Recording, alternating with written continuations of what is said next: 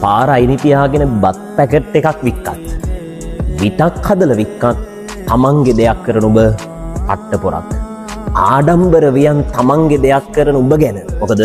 අනිත් මිනිස්සුන්ට නැති පට්ට මොරාල් එකක් තියෙන ඔබට